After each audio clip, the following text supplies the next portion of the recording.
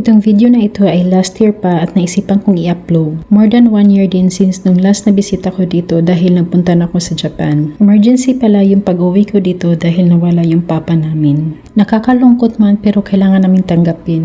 Wala gaano pinagbago sa lugar na ito. Mga puno ng mangga, niyog at iba pa ay nandito pa rin. Sobrang laki na ng mga puno dito kaya yung hangin sobrang presko. Kapag binabalikan namin tong lugar na to, naalala ko yung pagkabata ko. Yung pagkabata namin, hindi man lahat na naalala ko pero hindi mawawala yung masayang alaala kasama ng mga pinsan namin. Kaya sobrang nakakamiss tong lugar na to dahil parte din ito ng kabataan namin. Yung iba naming mga pinsan at mga kaibigan ay wala na rin dito dahil may kanya-kanya na ring trabaho at pamilya. Dito pala kami sa bahay ng tita namin, pinsan ng papa namin. Malapit lang din ito sa bahay ng lolo namin. Dito namin naisipang magluto ng tanghalian para sa mga nagsasaka ng niyog. Nagluto lang ko dito ng munggo at malunggay at pritong isda. Yung muna nag-asingan yun. Oh, sidlaw na ako. Ling, ling, Lolo, ling. gawin ako galing ka lang mong guy. Yun na na. Napadpad naman ni mo ilolo. Ayun na na.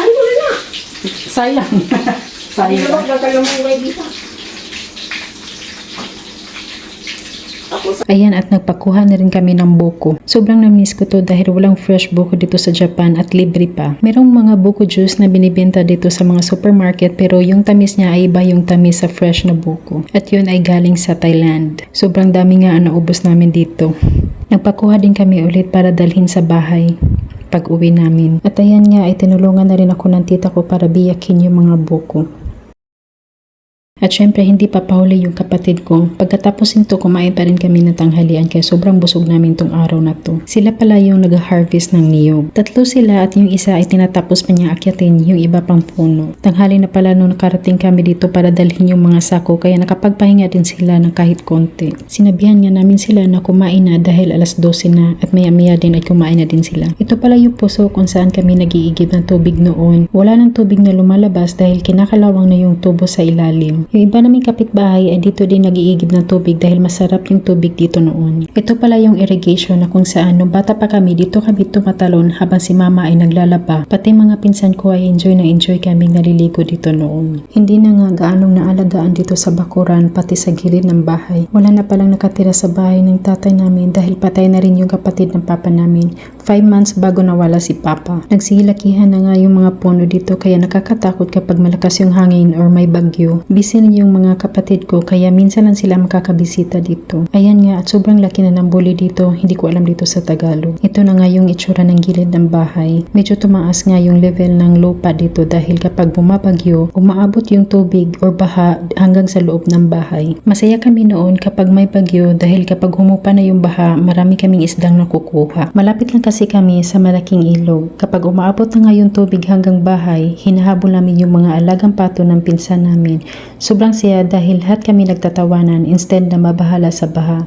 Saray na rin kasi kami dahil walang taon na hindi bumabaha dito. Pansin nga namin na biglang nag-iba yung kulay ng ilog. Yun pala ay bumabaha na. Malakas kasi ang ulan sa bukid kaya mabilis na bumaha. Papunta na rin dito sa baba yung ulan. Buti na lang hindi gaanong tumaas yung level ng tubig. Maya-maya din ay umulan na din dito at nagkayayaan na nga manalok. Manalok ang tawag namin dito sa Bisaya. Hindi ko alam kung anong tawag dito sa Tagalog. Sinamahan kami ng pinsan namin na siya rin nag-alaga sa amin noon nung bata pa kami. Yung kaibigan namin ay nagsimula na rin manalok. Kaya yung mga taong nakatira dito ay masaya kapag bumabaha dahil siguradong may ulam.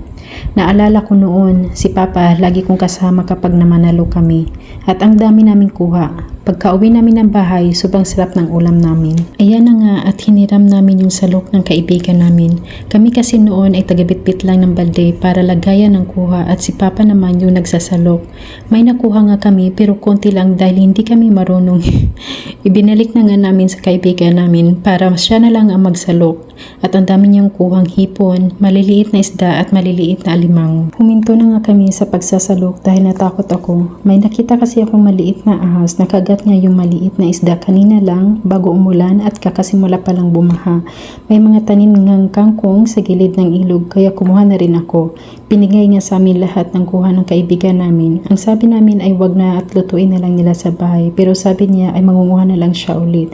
Ang bait niya, di ba? At pagkadating nga namin ng bahay ay niluto namin agad yung kuha namin sa pagsasalo dahil paggabi gabi na rin itong oras na to at kinabukasan nga nito ay babiyahin na ako pabalik ng Japan. Sobrang iksi lang ng bakasyon ko pero babalik din ako ulit.